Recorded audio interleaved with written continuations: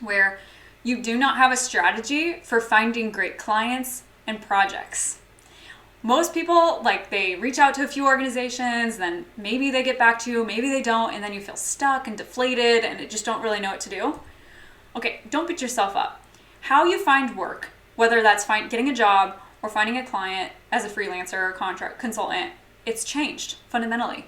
And a lot of people like mean well with their advice, but their advice sucks. It's old school and it's crummy. It just isn't relevant for like how the world is working today. So, ta-da, there's a better path forward. But boom, remember when I talked about informational interviews at the beginning from my experience on like how I actually even landed a job? Well, we've refined and really retooled that method and used it in a variety of different ways, and it consistently will help you find opportunities, whether you want to like get a new job or as a consultant, because it just takes the pressure off of like feeling like you have to go sell yourself, right? So informational interviews are something I could like really go down like a path and dorking out on, but basically the premise is like you're having a one-on-one conversation with someone that could prospectively be a paid client, but not necessarily. Like all you're doing is showing up to have a genuine and curious conversation, and that is differentiating. You're not coming to ask for anything. You're not coming to get paid. You're just seeing like, is there something that they need help with? And it's great to expand your network. I get that. Like, but now you're probably wondering like, okay, but how does that turn into like the paid gig? By asking for nothing. Hear me out on this. When you have an informational interview, you show up to do like 10% talking, 90% listening.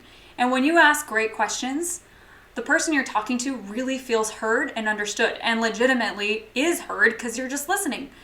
And what you might discover in that conversation is like, I see an opportunity that I could help them. And then you can offer to put together a funding strategy. And we'll show you how. What's a funding strategy?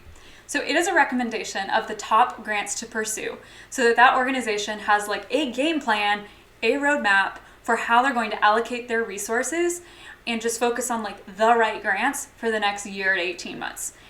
This strategy is what increases their win rate and like brings down wasted time and effort chasing things they have no chance of getting in the first place. So it's a really, really cool technique. So we teach it like a funnel.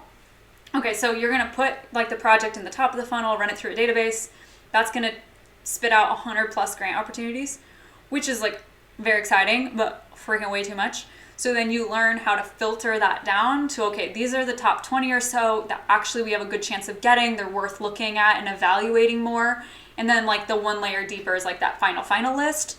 But this is like kind of the overview of how it works. And it is a great deliverable because most organizations just get something in their email saying like, hey, we have a grant, can you, and then they spit it to you and say, hey, can you go chase this? And you're like, I don't even know if you're gonna like be eligible, if you're competitive, right? Like there's all this stuff where it's like, just find the right grants in the first place, and then everything else literally gets so much easier. So we have 2 tests that we teach. First one is the unicorn client test. So what this means is, can you see yourself working with this person or this organization that you just had an informational interview with for 5 years? And if the answer is not, excuse my language, a hell yes, then the answer is no, you don't want to work with them. Anytime I have compromised on this, I'm like, well, it'll be a fast project and it'll be like good money and I'll just do it really fast. It never worked out that way, ever. Life is just too short. And if you want to love this work and you want to really be like your soul is fed, you got to find the organizations that, boom, pass test number 2, which is the up-down test. So when you leave that informational interview, were you energized? Are you legitimately like brought up? You feel really good? Or are you kind of dragging your feet on follow-up? And again, it's the same thing where it's like they have to pass, they have to be on create the up experience for you before you would be like, okay, I want to engage with them and work with them. So that's like its own process, but basically we teach you like this is how you really like safeguard the most important resource you have, which is your time and your energy. So I think like the last point I sort of want to make is that, okay, first of all, I read some stat that like 57% of the workforce by 2027 is going to be freelancing or contracting. So like the world's changing. And there is some peace of mind in knowing that if you were unexpectedly fired from your job or whatever, that you can make money if you need to make money. So when you learn how to do this process of like finding work, whether you're side hustling it or leveraging it to then find that next full-time job, like this is a really important tool to have in your back pocket so that like no matter what life throws your way, like you can make money. So just to give you like an example, when Alex and I decided like, okay, we got to like wind down the consulting practice so we can focus all on building this thing, this grant writing unicorn collective, we basically were like spending more money for 3 months than we were making. And you'd be like, wow, that's freaky, right? Like she's a family. Like this is the real deal.